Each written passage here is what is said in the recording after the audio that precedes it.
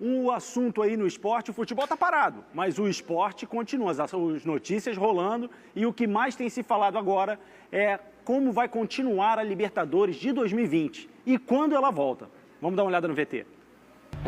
Recentemente, Alejandro Domínguez, presidente da Conmebol, afirmou que estava confiante no retorno da Libertadores e Sul-Americana.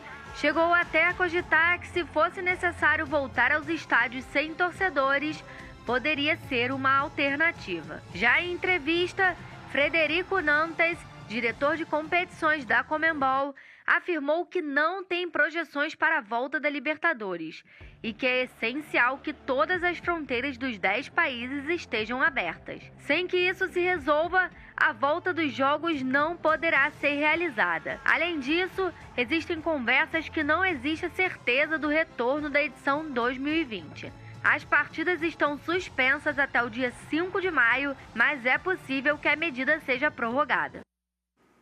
E agora, Libertadores da América, que é a competição mais importante aqui para o nosso país e para a América toda, América do Sul toda. Eu quero saber, nossos comentaristas já estão aqui, Felipe Ruggeri, Casimiro e Pedro Certeza. Como é que fica a Libertadores, gente?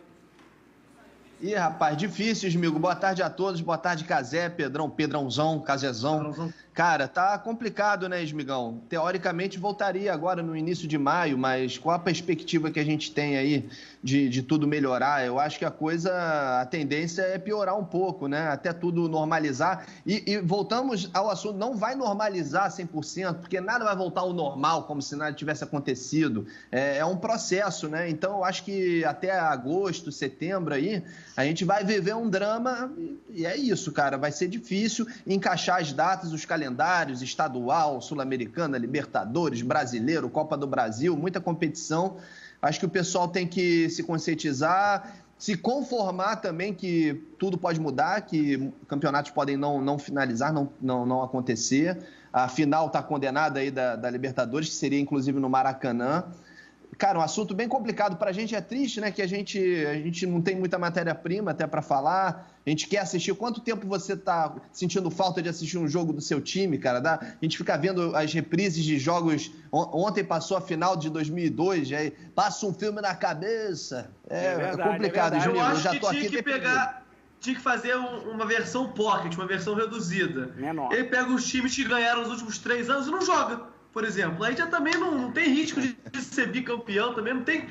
jogar no Maracanã já ia ser vantagem pros caras. Então o Flamengo já não joga, o River Plate também não precisa jogar. E aí vai embora, pode ser tranquilo. E vocês, como é que vocês estão se virando? Casimiro, como é que você está se virando sem o futebol, Casimiro? Essa esperança aí de ainda ter Libertadores esse ano?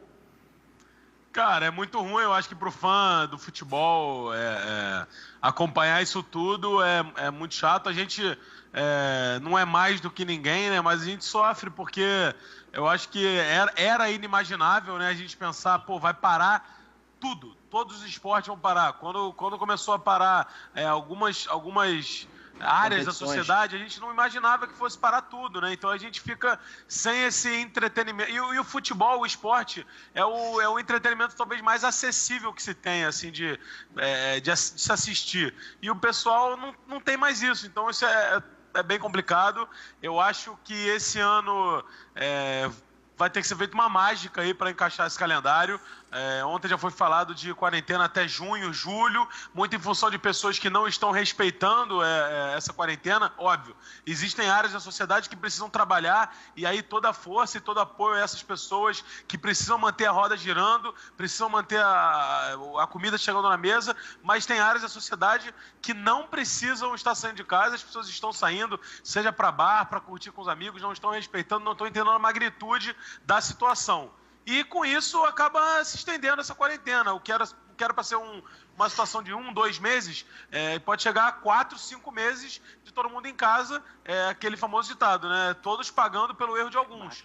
Então, eu acho que vai ter que ser feito mágica. Eu sinceramente, não sei se vai ter Libertadores esse ano, se vai ter Copa do Brasil. Eu acho que algumas competições, já foi falado, já foi ventilado em algumas possibilidades, não ter Copa do Brasil, só ter o brasileiro, para não atropelar as datas, de passar os estaduais para o ano que vem. Então, assim, eu acho que a realidade só vai ser normalizado, só vai ser ajeitado isso quando de fato o pessoal puder ir para a rua. Lembrando, podemos ir para a rua. Tem que então lembrar a gente já pode resolver o calendário. Porque o futebol, principalmente a Libertadores, não depende só dos times e de poder ter público ou poder voltar à atividade. Tem a questão das fronteiras também, né? São vários países que estão com as fronteiras fechadas e não tem voo direto para os... Como seria isso? É o mais complicado, eu acho que é a Libertadores, Rogério. E é uma competição muito própria, assim como a Champions League, mas a Champions League está no mata-mata, então não pega tantos países assim. Mas o Brasil, por exemplo, é um país de dimensões continentais. E aí você vai, às vezes, para o Uruguai, que é menor, aí você vai para uma Venezuela, que é menor, para um Equador, que está passando por uma situação absurda. Então, digamos que no Brasil a gente consiga controlar. E aí viaja um time, viaja uma delegação para um Equador, onde tem corpos no chão. É inimaginável isso, não dá para dimensionar.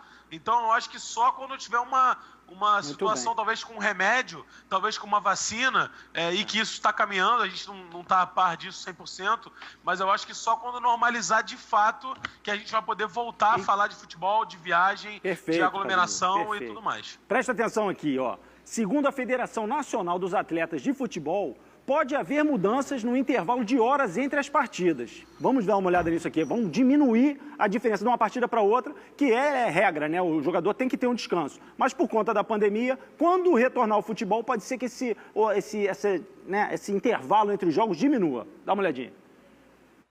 Em meio ao caos provocado pela pandemia do novo coronavírus, o futebol brasileiro tem buscado traçar estratégias para retomar as atividades logo que for permitido.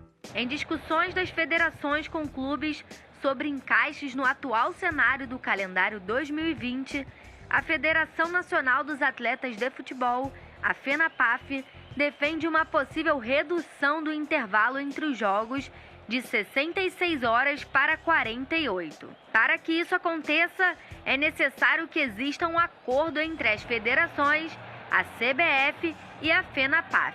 Em entrevista, Felipe Augusto Leite, presidente da Federação Nacional de Atletas de Futebol, destacou que a sugestão dessa solução se encaixa em um momento de excepcionalidade extrema, que não vai colocar os clubes de 2 em 2 dias para jogar várias vezes, e ressaltou que vão consultar médicos e fisiologistas sobre o assunto. Por fim, confirmou que conversou com Rogério Caboclo, presidente da CBF, e Rubens Lopes, presidente da FERJ, e que os dirigentes foram receptivos à ideia. E agora, já é tão criticado esse espaço, muitos jogos em poucos dias, pouco calendário para tantos jogos. Seria uma solução dar uma diminuída no intervalo de uma partida para outra? Ou quem vai pagar o jogador? Infelizmente vai ser a solução, mas a qual custo vai ser a solução? Né? Você vai resolver um problema e criar vários outros, porque o jogador já não tem muito tempo para descansar. Quando você fala na Europa que a gente joga X jogos por ano, os caras ficam assustados. Teve até um vídeo do ano passado do Klopp, vendo que os jogadores do Flamengo jogaram 70 jogos, alguma coisa assim. Ele ficou assustado. Ele ficou assustado. Ele falou, como assim? É possível isso? E agora tu vai espremer mais ainda, pegar o mesmo número de jogos e jogar em menos dias. É crueldade com o profissional, porque a gente fala que o jogador, ele é muito rico, mas é um profissional, gente. O cara precisa de condições mínimas para trabalho. Ele precisa descansar, ele precisa ter um descanso muscular, senão vai dar ruim, vai estourar joelho, vai estourar músculo. Eu acho uma solução horrorosa isso. Eu acho que os clubes têm que aceitar, gente, vamos jogar menos jogos esse ano, ponto, acabou. Tem que se readequar o calendário, não o intervalo entre as partidas, mas a FENAPAF, que é uma associação dos jogadores, né? Isso que é estranho, porque os próprios jogadores que vão ser prejudicados com essa medida, e você precisa ter um elenco muito maior, inclusive, você não vai conseguir botar todos os jogadores para jogar de 2 em 2 dias, você joga domingo, na terça-feira já está jogando de novo, tem que rodar o elenco cada vez mais, os times não vão aguentar, então é complicado, cara.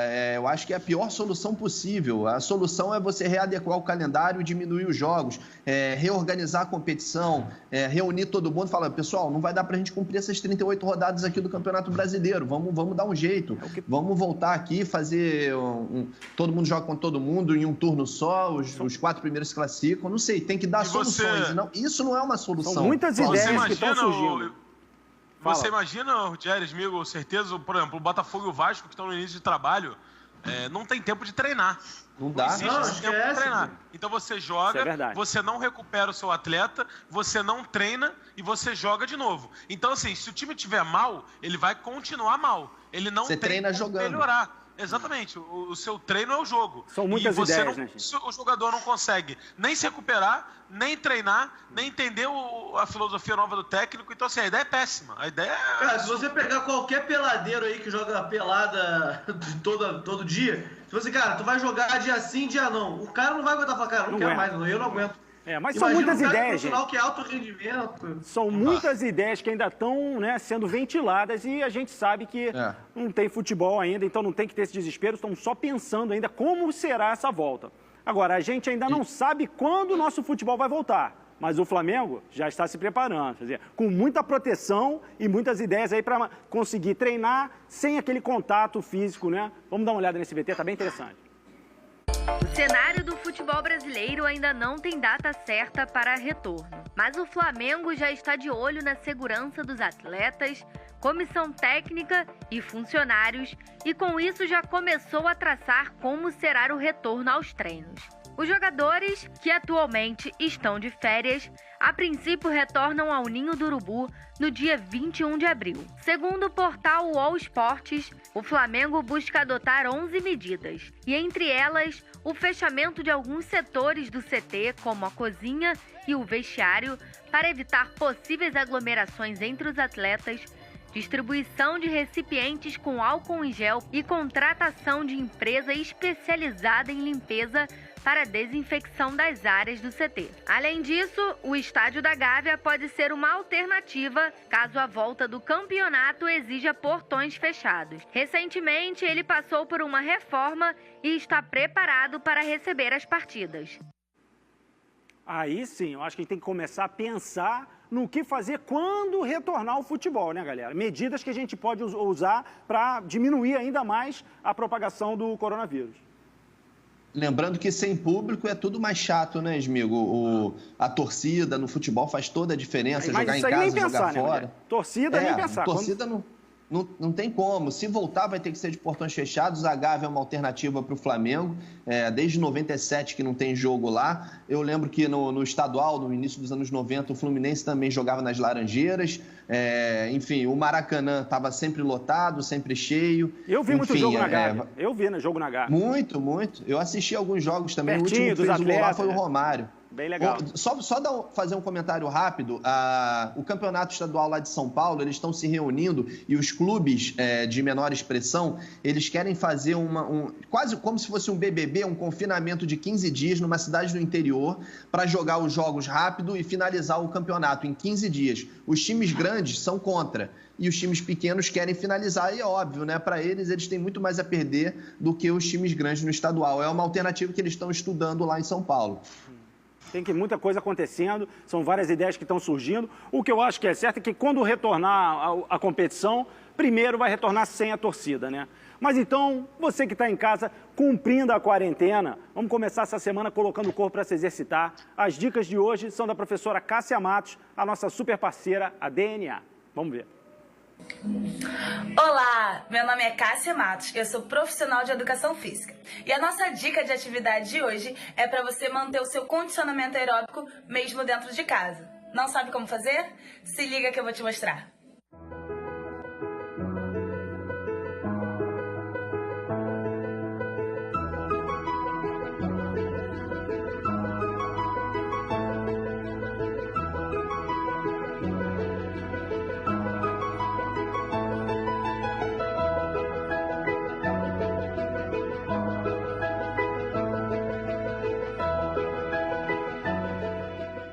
É isso mesmo, se você já está acostumado a treinar, é só aumentar esse tempo. Faça 1 minuto de cada um desses exercícios por 30 segundos de descanso. Faça isso por 3 vezes. Eu tenho certeza que você vai suar. Até a próxima! Muito obrigado, professora Cássia. Já anotei tudo para ficar com o exercício em dia essa semana. E agora vamos dar uma paradinha rápida. É um breakzinho, intervalo comercial, jogo rápido. Vai lá, bebe a sua aguinha, já prepara o seu exercício e volta que a gente está aqui. É rapidinho.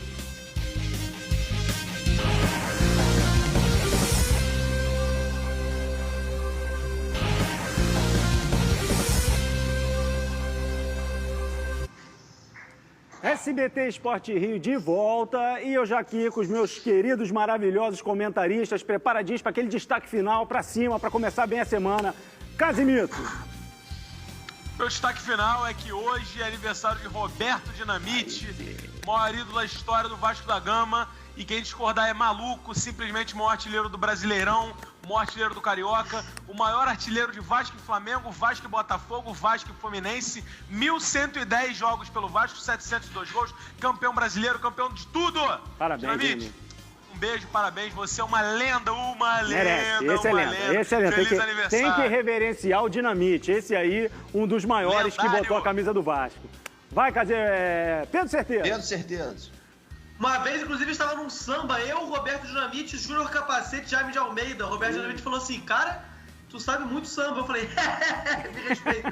Mas o Botafogo, cara, óbvio, o Bochecha vai sair e pra onde ele deve ir? Que surpresa.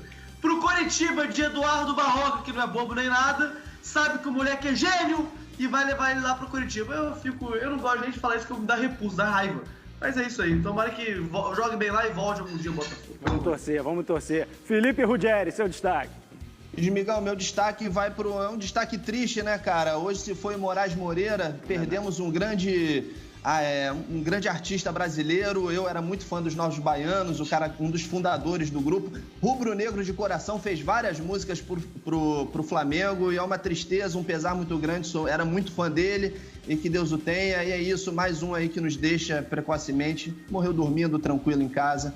Enfim, beijo aí no coração de todos e da família. Grande Moraes Moreira. Grande beijo, galera. Estamos continuando aqui. Vocês em casa, na quarentena, quietinhos. E a gente estará amanhã aqui nesse mesmo horário, trazendo as notícias do esporte para vocês, tá? Um grande beijo, uma boa semana. Vamos juntos vencer essa pandemia, galera. Beijão, até amanhã.